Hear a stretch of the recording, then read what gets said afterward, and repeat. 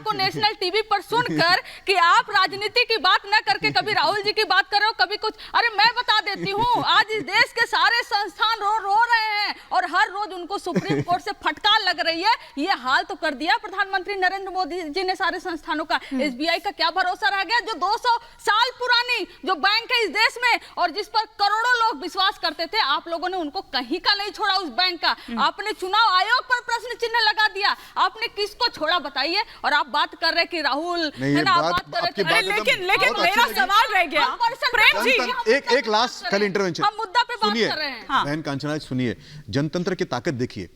जो चारा चोर है वो ये आज दूसरे लोगों के ऊपर चंदा चोर चल रहा है, कल से ट्रेंड कर रहा है। क्या ताकत है देखिए जनतंत्र में।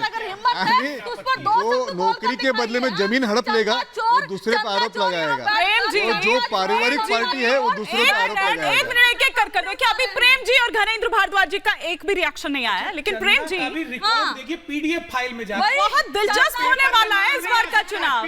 प्रेम जी, अच्छा सुनिए ना प्रेम जी को तो बोलने दीजिए सर, प्रेम जी को तो बोलने दीजिए। प्रेम जी, बहुत दिलचस्प होने वाला है, ऐसा लग रहा है इस बार का चुनाव। कल तारीखों का ऐलान होने वाला है, लेकिन उससे पहले फिर वो चाहे एनडीए से खबरें आ रही हो रही हो या फिर आईएनडीआईए से आ रही हो, जबरदस्त चल रहा है मामला। क्या देख रहे हैं आप? देखिए हिमानी जी, जिसको भारतीय जनता पार्टी अपनी ताकत मान करके पेश करती रही है, उसी ताकत की अब कलई खुल रही है। अच्छा, ये एनडीए गठबंधन सबसे मजबूत है, इंडिया में एका ही नहीं है। और आप देख रहे हैं एनडीए गठबंधन ऐसा मजबूत है कि चिराग पासवान विधानसभा में नीतीश कुमार को हराते हैं और अब लोकसभा में पारस चाचा भतीजा दोनों एक दूसरे को हराते दिखेंगे, और बहुत एंजॉय करते हैं। बीजेपी अपने सहयोगी घटक दलों को इस तरह से लड़ाने में एंजॉय कर रही है, तो ये ताकत दिख रही है। करप्शन, बीजेपी कहती थी कि मैं न देश को बिकने नहीं दूंगा, लेकिन पूरा देश बेच रहे हैं। भाई, जो इलेक्टोरल बॉन्ड की सच्चाई आई है, चंदा लेकर के, रिश्वत लेकर के, चंदा इलेक्टोरल बॉन्ड को रिश्वत में बदल दिया। पहले सीबीआई आईडी ईटी को भेजते हैं, इलेक्टोरल बॉन्ड लेते हैं और फिर समन खत्म हो जाता है। बॉन्ड लेने से पहले जमीन दी जाती है, बाद में मुकदमे हटाए जाते हैं। सारे केसेस सामने आ रहे हैं। 10 करोड़ का वर्थ है और उसके बाद में चंदा 288 करोड़ दे रहे हैं। ये सब जो शेल कंपनियों के द्वारा पैसे लिए जा रहे हैं, इसका खुलासा हुआ है। भ्रष्टाचार का ऐसा इतिहास में कभी उदाहरण पेश नहीं हुआ जो अब हुआ। तो इस परिस्थिति में जो चुनाव होने जा रहे हैं, जनता इनको हर सीट पर जवाब देगी। ऐसी भ्रष्ट सरकार देश ने कभी देखी। क्विक रिएक्शन धनंजय जी, फिर घनेंद्र भारद्वाज जी का रुख करूंगी। मुझे इस देश के सो कॉल्ड बुद्धिजीवियों पर तरस आती है कि वो उसे लोगों के साथ भी खड़े हो जाते हैं जिस सरकार में जमीन घोटाला, कोयला घोटाला, अलकतरा घोटाला और जमीन बिहार में नौकरी के बदले घोटाला, जिन पार्टियों में सजा याफ्ता, जिस पार्टी के सरबराह ही सजा याफ्ता हो, वो लोग भी प्रवचन दे रहे हैं। धनंजय जी, सवाल ये है कि क्या जिन मुद्दों पर आप विपक्ष को अभी तक घेरते रहे हैं या घेर रहे हैं, क्या वो पलटकर कहीं आपके का याद करा दीजिए ना। बीजेपी अध्यक्ष होकर के कैमरे के सामने घूस ले रहे थे। भारतीय जनता पार्टी से तुरंत निष्कासित हो गए, भारतीय जनता पार्टी से तुरंत निष्कासित हो गए। और यहाँ 4 मामलों में सजा याफ्ता लालू यादव आज भी पार्टी के मुखिया, बंगारू लक्ष्मण जी पर थोड़ा बोल दीजिए। अब दिवंगत है अपने बीजेपी अध्यक्ष पर, बेटा है, मेरा दामाद है, मेरी अगली बेटी है, ऐसा नहीं कि अभी जो 10 बच्चों का इलेक्टोरल बॉन्ड पर बोलिए अनकॉन्स्टिट्यूशनल, ठीक है, वो आपको छुपाए जा रहे हैं। आपने ना मेरा सवाल सुना ना उसका जवाब दिया कि जो हथियार आप विपक्ष के लिए बना रहे थे, क्या उल्टा आपके पास आ रहा है। लेकिन एक क्विक रिएक्शन घनेंद्र भारद्वाज जी से भी, क्योंकि घनेंद्र भारद्वाज जी, अब वो परीक्षा की घड़ी करीब आ गई है। कल 3 बजे अनाउंसमेंट हो जाएगी। क्या तैयारी, किस तरह की तैयारी, क्योंकि आप लोगों का तो अभी कई जगहों पर पेच फंसा हुआ है। मतलब अब कब होगा अगर अब भी नहीं होगा तो? देखिए हिमानी जी, 2024 का चुनाव देश के लिए बहुत क्रूशियल चुनाव। ये चुनाव देश में असल मुद्दों पे होना चाहिए, बढ़ती बेरोजगारी पे, बढ़ती महंगाई पे, बढ़ते भ्रष्टाचार पे, देश की डूबती अर्थव्यवस्था पे। ये तमाम इश्यूज देश के सामने हैं। और मैं भारतीय जनता पार्टी के लोगों को देख रहा हूँ कि बार बार कोर इश्यूज से और रियल इश्यूज से देश के लोगों को भटकाने का काम करते हैं। कल जिस तरीके से इलेक्टोरल बॉन्ड्स की सच्चाई देश के सामने आई है, जिस तरीके से पूरी की पूरी सरकार ऐसा लग रहा था कि एक्सटॉर्शन का रैकेट चला रही है, पूरी की पूरी सरकार एक एक्सटॉर्शन गैंग बन गई थी, एक ऑर्गेनाइज तरीके से सरकार वसूली में लगी हुई थी। पहले ईडी इनकम टैक्स भेजते हैं, उसके बाद उससे इलेक्ट्रोल बॉन्ड के नाम से पैसा लेते हैं। सवाल तो मैंने आपकी तैयारी की कही थी, अगर आपकी तैयारी यही इन्हीं मुद्दों पर है तो आपको लगता है कि इन मुद्दों के जरिए आप मात दे पाएंगे?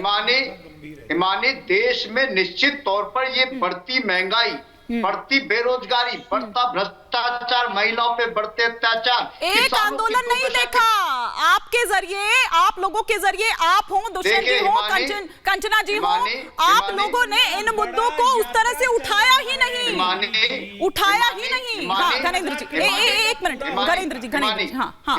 अफसोस इस बात का है कि आज भी दिल्ली के बॉर्डर पे किसान बैठे हुए हैं, लेकिन किसानों को कोई दिखा नहीं रहा। आज भी इलेक्ट्रोल बॉन्ड्स पे पूरे देश में चर्चा, पूरे देश में गली गली में इस बात की चर्चा कि नरेंद्र मोदी देश के सबसे भ्रष्टतम प्रधानमंत्री है, लेकिन इलेक्ट्रोल बॉन्ड्स पे कोई चर्चा नहीं हो रही। तो आपका जो कुछ मीडिया का सेक्शन है, ये देश को सच्चाई से रूबरू नहीं कराना चाहता। आज भी देश में किसान आत्महत्या कर रहा है, आज भी महिलाओं पे अत्याचार हो रहे हैं, लेकिन देश में कभी इस बात पे चर्चा नहीं हो रही। कभी नौजवान प्रोटेस्ट कर रहे हैं रोजगार को लेके, कभी उस पर चर्चा नहीं हो रही, क्योंकि आप लोगों को जवाब दे रहे हैं आपकी बात पर। विनीत जी, हाँ सुनिए धनंजय जी, आ रही हूँ, माफी के साथ मैं बड़ा हुआ हूँ, क्रिश्चियानी बिल्ली खंबा नोचे, बड़ी पुरानी कहावत है। आपको 2 रुपये कोई देता नहीं, आपके पीछे 2 कार्यकर्ता नहीं, आपके साथ में 2 वोटर नहीं।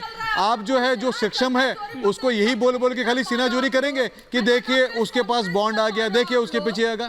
थोड़ा खुद की तो स्थिति सुधारिए। अच्छा, गजब स्थिति है पैनल पर, जिससे जो सवाल करिएगा प्रेम जी वो उस पर जवाब नहीं देगा, वो उस पर जवाब नहीं देगा। फिर चाहे आप उनसे भ्रष्टाचार पर पूछ लीजिए, इधर सीट शेयरिंग की बात कर लीजिए। एक मिनट, आ रही हूँ, एक एक करके किया है। गोयनका जी ने कहा कि आपको कोई 5 पैसा नहीं दे रहा है। मैं तो वो पूछना चाहता हूं कि एक कंपनी, भारत की बड़ी अच्छी कंपनी है जो अपने आप को दिखाती है 300 करोड़ रुपया सालाना घाटा, और वो 300 करोड़ और वो करोड़ों का दे रही है भाजपा को चंदा। तो भैया आपके अंदर ऐसी क्या खूबसूरती है, आपके मस्तक में ऐसी नहीं लगी है? सर सुनिए, चर्चा किस पर कर रहे हैं? आपको चंदा दे रही है। सुनिए ना, आप ठीक है, आप लोग स्मार्टली बने उसको बार बार घुमा रहे हैं, लेकिन हम चर्चा किस पर कर रहे हैं? उस पर अगर लौटे तो वो एक बार प्रियंका गांधी जी से पूछा गया कि स्थिति क्या है, बताइए। मैया बेल पर, भैया बेल पर और सैया भी बेल पर। अरे मैया भैया सैया तीनों बेल पर।